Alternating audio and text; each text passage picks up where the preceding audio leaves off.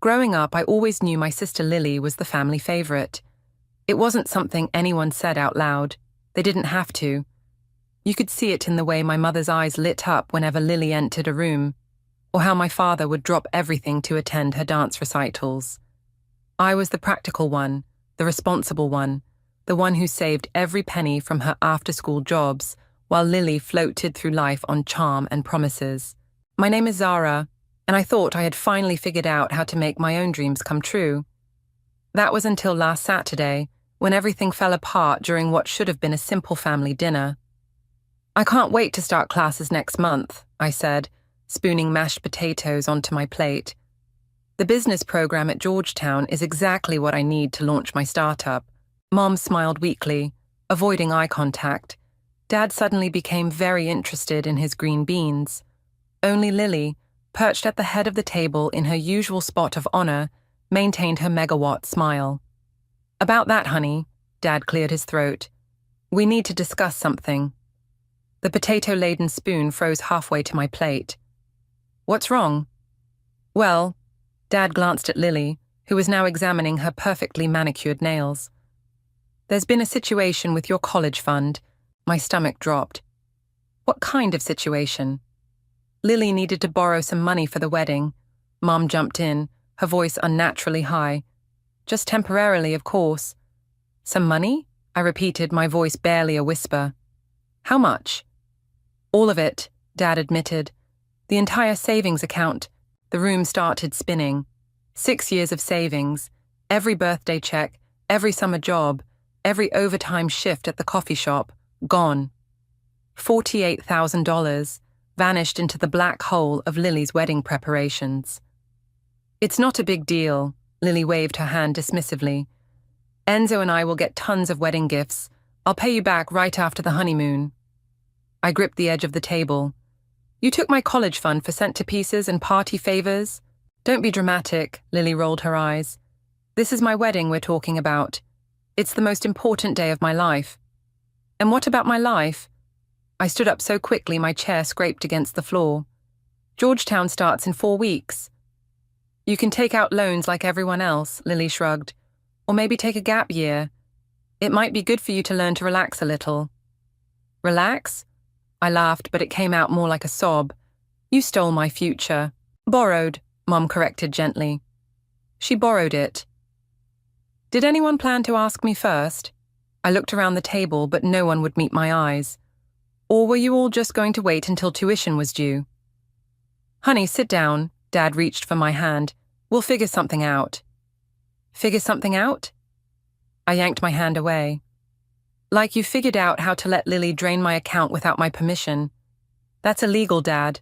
Don't be such a killjoy." Lily stood up, smoothing her designer dress. "This is why you never have any fun, Zara. Everything's always doom and gloom with you. The money will come back, I promise." "Your promises mean nothing," I spat. "They never have." "Girls, please," Mom's voice cracked. "Can we just have a nice family dinner?" "Family?" I grabbed my purse from the back of my chair. "A real family doesn't steal from each other."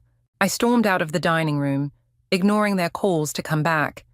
In the driveway, I fumbled with my car keys, hands shaking so badly I could barely get them in the ignition. My phone buzzed, a text from Lily. "Don't be such a drama queen, it's just money. Just money. Just my entire future, casually sacrificed on the altar of Lily's endless wants."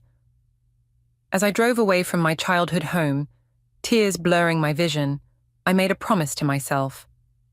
This wouldn't be the end of my dreams, and it wouldn't be the end of this story. I pulled over and called my best friend Ariel. "Hey," my voice cracked. "Remember how you said I was too nice for my own good?" "What happened?" she asked immediately. "Lily stole my college fund. All of it. For her wedding."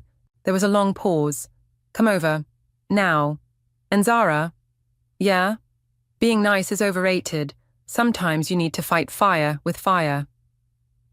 As I turned my car toward Ariel's house, a strange calm settled over me. Lily had always been the star of our family show, but she'd forgotten one crucial detail. In every good story, the supporting character eventually gets tired of being pushed into the background. and I was very, very tired of being in the background. You need to go to New York anyway, Ariel said, pushing a mug of tea across her kitchen counter. That venture capitalist loved your business proposal. Don't let Lily rob you of that opportunity, too. I stared into my tea. The meeting's in 3 days. I can't even afford the plane ticket now. Use my credit card. She pulled it from her wallet. Pay me back when you're a successful CEO. Ariel, I can't. You can, and you will. She slid the card toward me. Besides, I want to see Lily's face when you make it big without her precious wedding fund. My phone buzzed again. Another text from Lily. Mum's crying because of you. Way to ruin dinner. I need to confront her, I stood up suddenly. Face to face, no more texts, no more avoiding. Want backup? I shook my head. This is between sisters. 20 minutes later, I pulled up to Lily's new house, a wedding gift from Enzo's parents. She opened the door in silk pajamas, looking annoyed. Finally decided to stop being dramatic, she asked. I pushed past her into the marble-floored foyer. Where's my money, Lily? Lower your voice, she hissed. Enzo's in his office. Perfect. Let's tell him how you funded this wedding. She grabbed my arm. You wouldn't dare. Try me.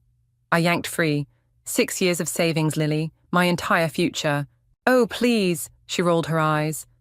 You're acting like I committed some horrible crime. It's just a loan between sisters. A loan requires permission. This was theft. Mom and Dad agreed. It wasn't their money to give. My voice echoed off the high ceilings. How would you feel if I took your wedding dress and sold it? That's different, she crossed her arms. This is my wedding. And this was my education. I stepped closer. My chance to start my business, my shot at independence. But you never thought about that, did you? Because you never think about anyone but yourself. Fine, she threw up her hands. I'll write you a check right now for 5,000. Happy? I laughed bitterly. 5,000 out of 48,000. That's all I can spare right now. The flowers alone cost... I don't care about your flowers, I was shouting now. I want all of it, Lily, every penny. Well, I don't have it, she shouted back. The money's spent, okay, but you'll get it back from the wedding gifts, I promise. More promises. I shook my head. You know what? Keep the money. Keep your promises. Keep playing the perfect daughter while I pick up the pieces. But remember this moment, Lily. Remember what you did. Is that a threat? She narrowed her eyes. It's a warning. You've gotten away with everything your whole life because I let you. Not anymore. What's going on? Enzo appeared in the doorway looking concerned. I heard shouting. Lily's face transformed instantly into a sweet smile. Just sister stuff, honey. Zara was leaving. I looked at her perfect house, her perfect fiancé, her perfect life built on stealing other people's dreams. Yeah, I was. Congratulations on the wedding, Enzo. I hope you know what you're marrying. Back in my car, I pulled out my phone and booked a flight to New York using Ariel's card. Then I called Matthew Griffin's office. Mr. Griffin's assistant speaking. This is Zara. I'll be there for Thursday's meeting. Wonderful. Mr. Griffin is particularly interested in your proposal for sustainable urban farming technology. I gripped the steering wheel tighter. Tell him I'm not leaving New York without a deal. That night, I lay in bed staring at my ceiling, remembering all the times I'd covered for Lily, cleaned up her messes, kept her secrets. The perfect sister act had cost me everything, but it had taught me something valuable. Sometimes the only way to win is to play the game better than your opponent. My phone lit up with a text from Mum. Please don't do anything rash, honey. Family is everything. I typed back, You're right, Mom. Family is everything. That's why this hurts so much. Then I opened my laptop and started researching New York property laws. If Lily wanted to play with real estate, using my money to fund her perfect little life, then maybe it was time to learn the rules of that game too. After all, every fairy tale wedding needs a perfect house to come home to, and I was done letting Lily write the ending to this story. New York hit me like a wall of noise and motion. My hands trembled as I checked into the cheapest hotel I could find in Manhattan. a cramped room that probably cost more than my monthly rent back home. But I wasn't here for comfort. I was here for revenge disguised as opportunity. The morning of my meeting, I stood in front of the mirror adjusting my only business suit. My phone buzzed with a text from Lily. "Mum says you're in New York. Don't do anything stupid." I deleted it without responding and headed to Matthew Griffin's office in Midtown. The receptionist looked up from her desk. "You must be Zara. You're early." "Better early than never," I smiled, gripping my portfolio tighter.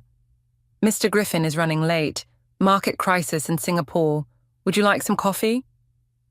45 minutes and 2 cups of coffee later, my leg wouldn't stop bouncing. When Matthew finally burst through the door, he barely looked up from his phone. "Walk with me," he said, turning right back around. "I've got another meeting in an hour." I scrambled to follow him into the elevator. "Mr. Griffin, Matthew," he corrected, still typing. "Tell me why I should invest in urban farms when the market's crashing." "Because people need to eat regardless of the market," I said, my voice steadier than I felt. "And my vertical farming technology reduces water usage by 60% while tripling yield per square foot." The elevator stopped. He finally looked up. "Prove it." We ended up in a small conference room where I spread out my designs and projections. My hands shook less with each page I turned. "These numbers look good," he said, studying a chart. "Too good." "I can demonstrate the prototype right now." He raised an eyebrow. "You brought a prototype?" I pulled out my tablet and opened the 3D modeling software.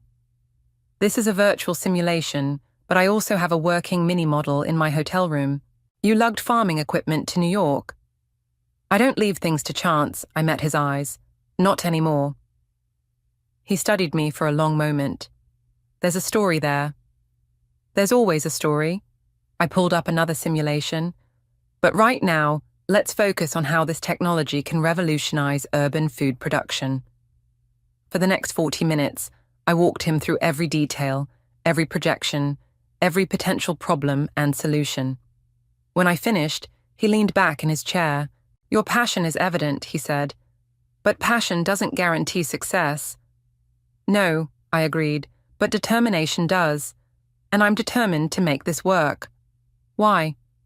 "Because someone recently taught me that nothing is guaranteed unless you take control of it yourself."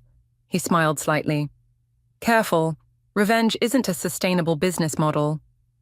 "This isn't about revenge," I lied smoothly. "It's about proving what I'm capable of." His phone buzzed. He glanced at it and stood up. "I have another meeting, but I'm intrigued. Come back tomorrow, same time. Bring your physical prototype." "I'll be here." I started gathering my materials. "And Zara," he paused at the door. "Whatever drove you here, channel it. Anger makes for good fuel, but it's passion that wins in the long run." Back in my hotel room, I called Ariel. "How did it go?" she asked immediately. "He wants to see more tomorrow." I collapsed onto the bed, but he saw right through me. "Is that bad?" "I don't know." I stared at the ceiling. "But it's better than how Lily looks right through me." Speaking of Lily, my phone lit up with another text from her. "Dad's asking about legal documents for the wedding gifts. What did you say to him?" I smiled and typed back, "Nothing yet, but thanks for reminding me." Then I opened my laptop and started drafting an email to Dad, carefully outlining property law regarding gifts and debt repayment. He was an accountant. He'd understand the implications. My prototype sat on the desk, its tiny plants growing under LED lights, blissfully unaware of the storm brewing around them. Just like Lily was blissfully unaware that her perfect little world was about to face some unexpected weather. Tomorrow I'd show Matthew exactly what I could do with the right resources. And then I'd show Lily exactly what happened when you underestimated the quiet sister. My phone buzzed one more time.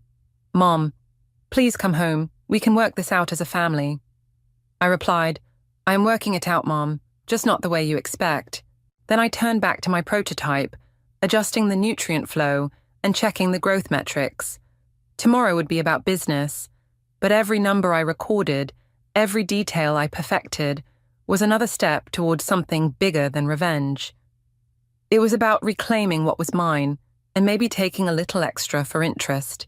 Back home, the wedding chaos was in full swing.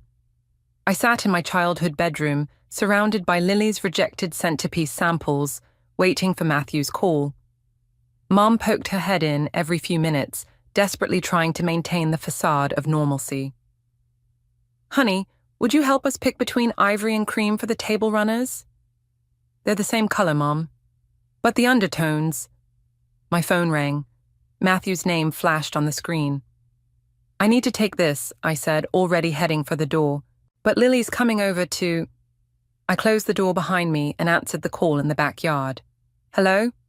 "Zara." Matthew's voice was crisp. "I've reviewed your proposal with my partners." My heart stopped. "And?" "We're interested. Very interested. But there are conditions." I sat on the old swing set where Lily and I used to play. "I'm listening." "First, we want 60% equity." 40. I countered immediately. "I need controlling interest." He chuckled. 51-49. Our favor. Non-negotiable. I gripped the swing's chain tighter. "What else?" "You'll need to relocate to New York. Immediately. We want this launched within 6 months." 6 months? I watched through the window as Lily swept into the house, arms full of shopping bags. "I can do it in 4. "Ambitious, I like it. There's one more thing." "What's that?" "Full commitment, no distractions, no family drama, no revenge plots." I closed my eyes. "How did you—" "I've been doing this a long time, Zara. I recognize determination born from desperation. Whatever personal vendetta you're planning, drop it. This is business." Inside, I could hear Lily's laugh floating through the open window. "What if I told you the personal and professional are connected?" "I'd tell you to choose. Right now." A memory flashed. Lily and me on these same swings, promising to always have each other's backs. Before she became the star, and I became the shadow. Before she stole my future. "When do you need my answer?" "Tomorrow. The paperwork's being drawn up." "But Zara?" "Yes." "Choose wisely. Revenge might feel good, but success feels better." I ended the call and walked back inside. Lily was showing Mom yet another wedding dress, this one probably worth more than my stolen savings. "Oh good, you're here," Lily beamed. "Tell Mom this dress is worth the extra 10,000. 10,000, I repeated. "On top of the first dress?" "The first one wasn't perfect," she waved dismissively. "This one is everything." Mom wrung her hands. "Maybe we could return some of the other things." "Mom!" Lily's voice rose to that familiar whine. "This is my special day." My phone buzzed. An email from Matthew with the contract attached. I opened it, scanning the terms while Lily continued her dress monologue. "Zara?" Mom touched my arm. "Are you okay? You look pale." "I'm fine," I smiled, an idea forming. "Actually, Lily's right.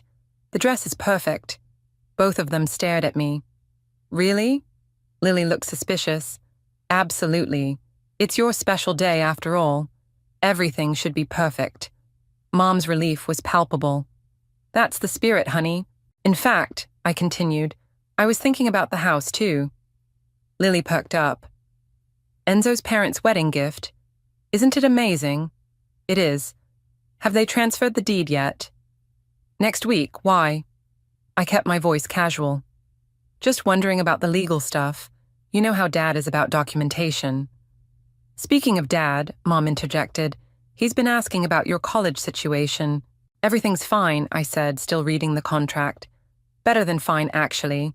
I have a meeting tomorrow that might change everything." "Oh, thank goodness," Mom hugged me. "I knew you'd forgive your sister." I hugged her back, watching Lily over her shoulder. "Of course. Family is everything, right, Lily?" Lily nodded uncertainly, probably wondering what had caused my sudden mood shift. Later that night, I called Ariel. "Matthew offered the deal," I said without preamble. "That's amazing. But why don't you sound happy?" "He wants me to drop the revenge plan." "And?" I looked at the property laws I'd been researching. "I think I found a way to do both." "Zara." Trust me, I said, pulling up the contract on my screen. Sometimes the best revenge is simply making sure everyone gets exactly what they deserve. I signed the contract and sent it back to Matthew. Then I texted Lily. You're right. The dress is perfect. Everything should be perfect for your wedding. Every single thing. She replied immediately with a row of heart emojis. If only she knew that perfection, like revenge, was all in the details. And I was about to become very, very detail-oriented. The next morning, Dad called a family meeting. We gathered around the dining room table, the same one where my world had imploded just weeks ago. Lily was late, as usual. Sorry, she breezed in, wedding binder in hand. The florist had a crisis. Sit down, Dad said, uncharacteristically stern. We need to discuss finances. Lily's smile faltered. What about them? I've been reviewing the numbers. He spread several papers on the table. And the situation with Zara's savings. Dad, we already discussed this, Lily sighed. I'll pay her back after... After what? I interrupted.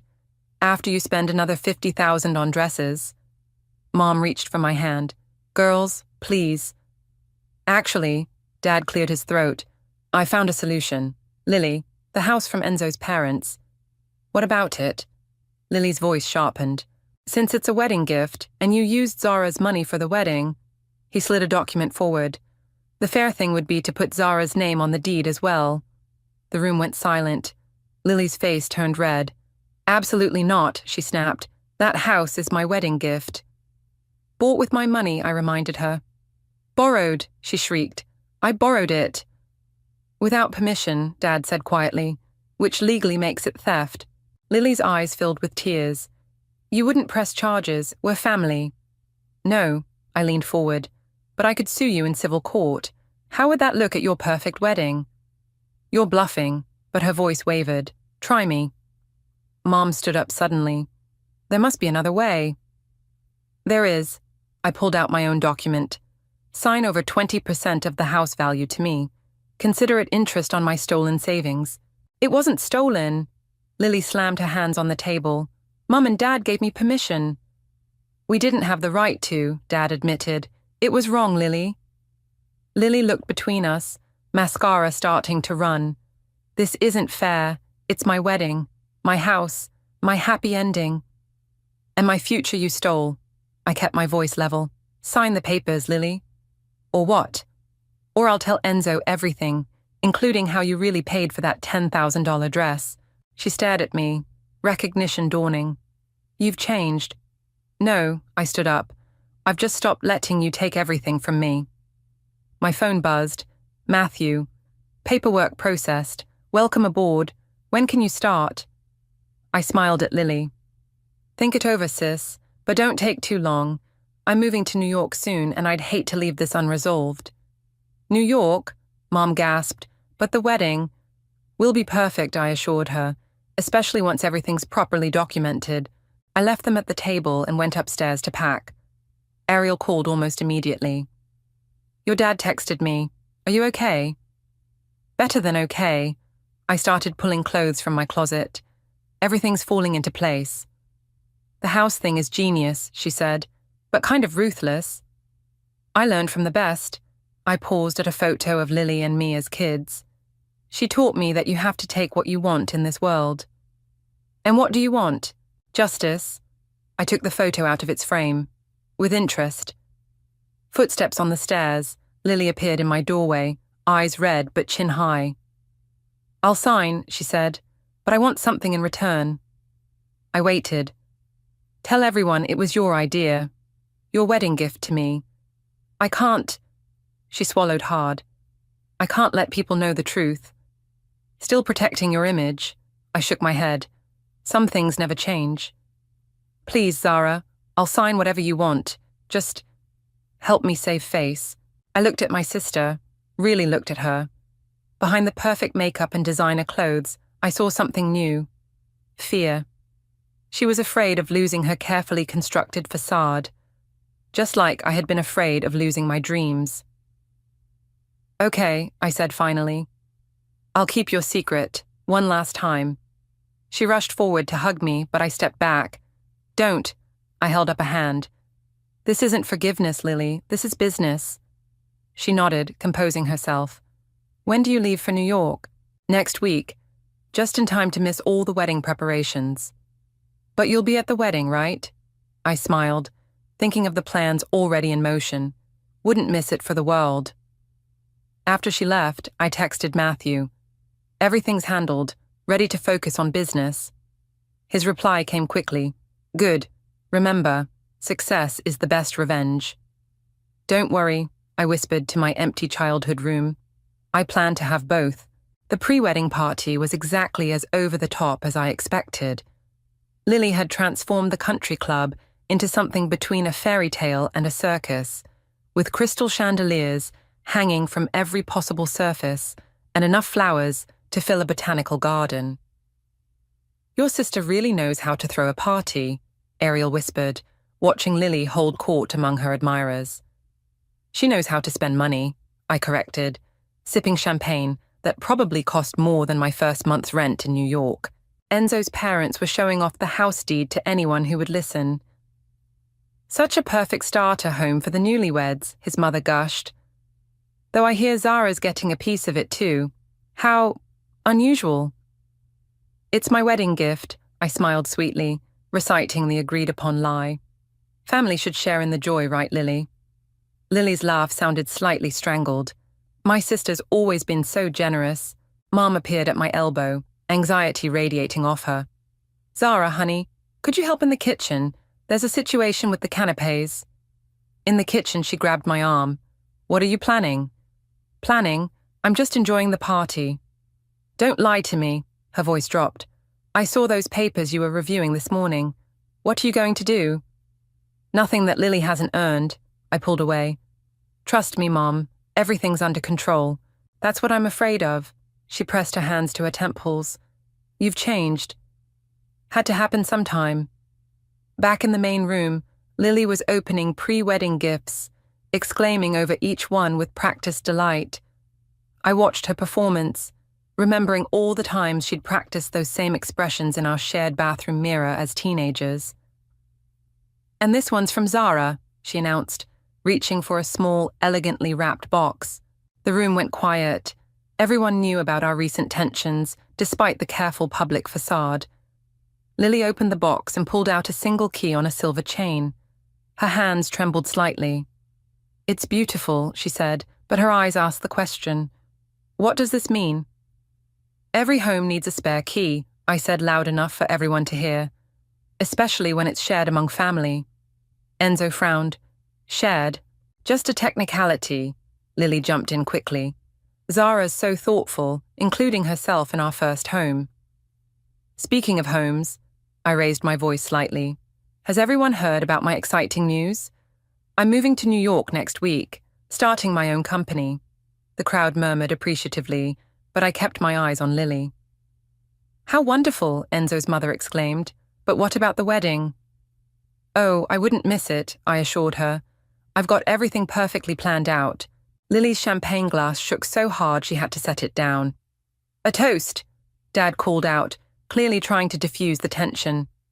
To new beginnings. To new beginnings, everyone echoed. And to getting exactly what we deserve, I added quietly, touching my glass to Lily's. Later, as the party wound down, Lily cornered me in the powder room. Whatever you're planning, she hissed, don't you dare ruin my wedding. Like you ruined my future. I signed the house papers. What more do you want? I checked my lipstick in the mirror. Want?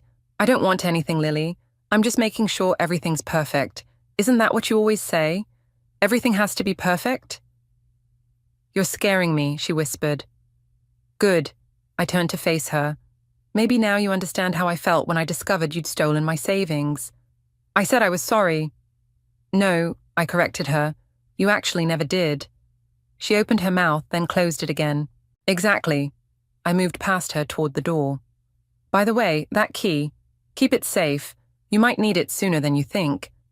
What does that mean? You'll see. At the wedding. I left her standing there, mascara smudged and perfect facade cracking. Outside, Ariel was waiting by her car. "You okay?" she asked. "Perfect," I smiled. "Everything's going perfectly." My phone buzzed with a text from Matthew. "Contracts all set for next week, no turning back now," I replied. "Wouldn't dream of it, just one loose end to tie up at home." "Remember our deal," he wrote back.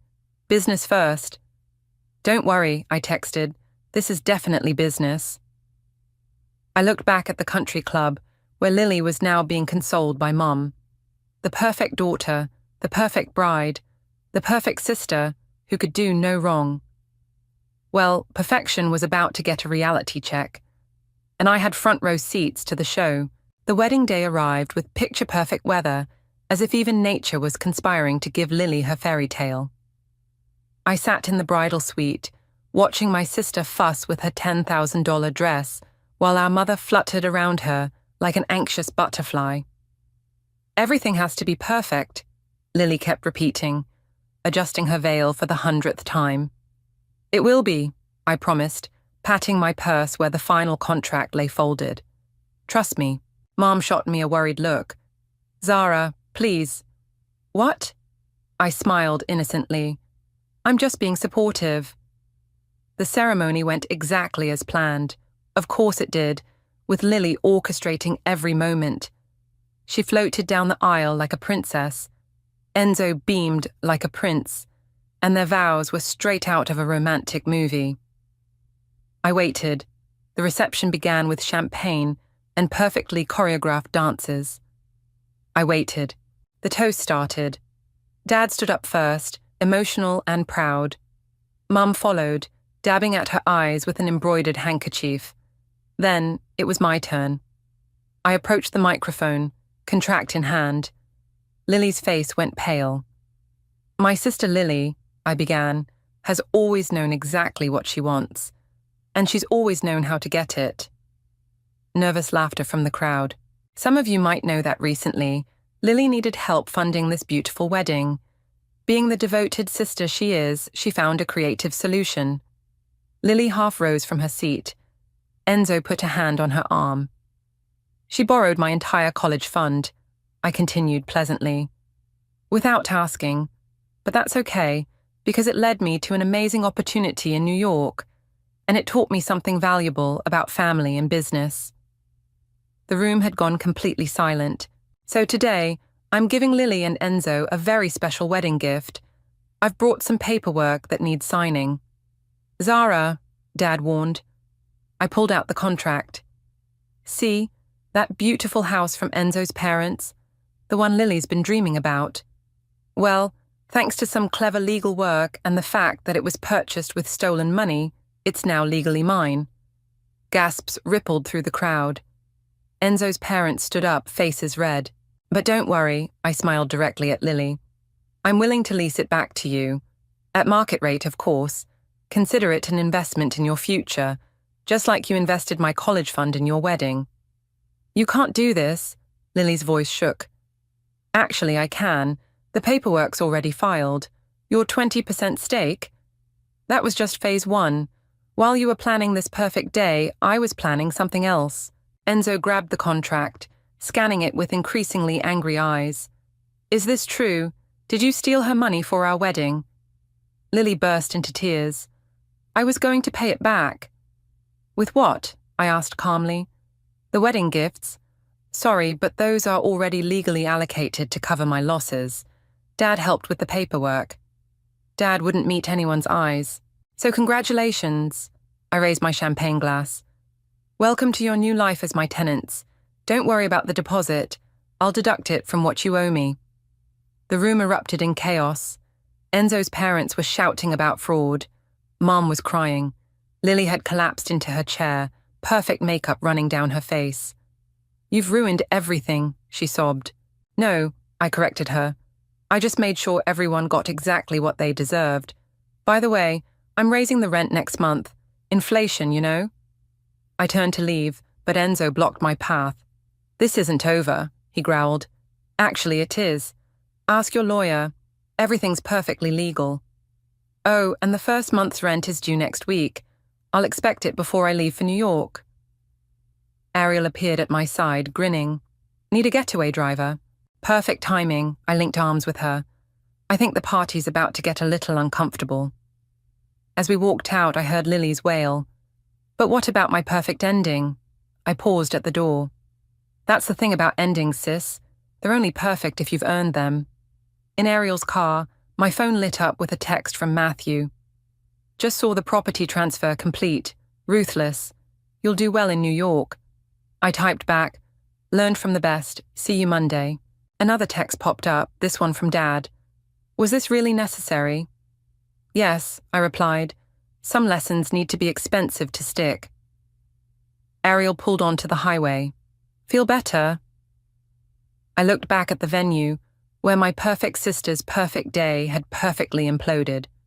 You know what? I smiled. I really do. Because sometimes the best revenge isn't just serving cold justice, it's making sure it's served with a side of perfect irony. My phone rang as I finished unpacking my last box in my New York apartment. Lily's name flashed on the screen. After 3 weeks of silence, this should be interesting. Hello? I'm sorry. Her voice was small, nothing like the confident sister I knew. I'm so sorry. I sat on my windowsill, watching the city lights flicker. For what exactly? Everything. The money, the lies, taking you for granted. She paused. Being a terrible sister. Keep going. Enzo left, she whispered. After the wedding, when everything came out, he said he couldn't trust me. Karma's interesting that way. Mom and Dad barely speak to me. Dad's been going through all my old accounts, finding other things I've borrowed over the years. I closed my eyes. How much? More than I want to admit. She sniffled. The house.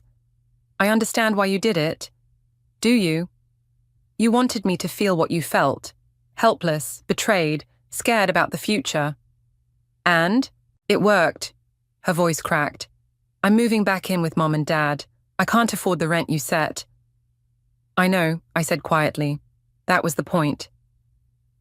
Silence stretched between us, filled with years of unspoken resentments and missed opportunities. Your company launched yesterday, she said finally. I saw the news. Urban farming technology. It's impressive. Thank you. That's what you wanted the money for, wasn't it? To build something real, unlike a perfect wedding that lasted 3 hours. She laughed weakly. Yeah, unlike that. My other line beeped. Matthew calling. I have to go. Business meeting. Wait, she said quickly. What do I do now? How do I fix this?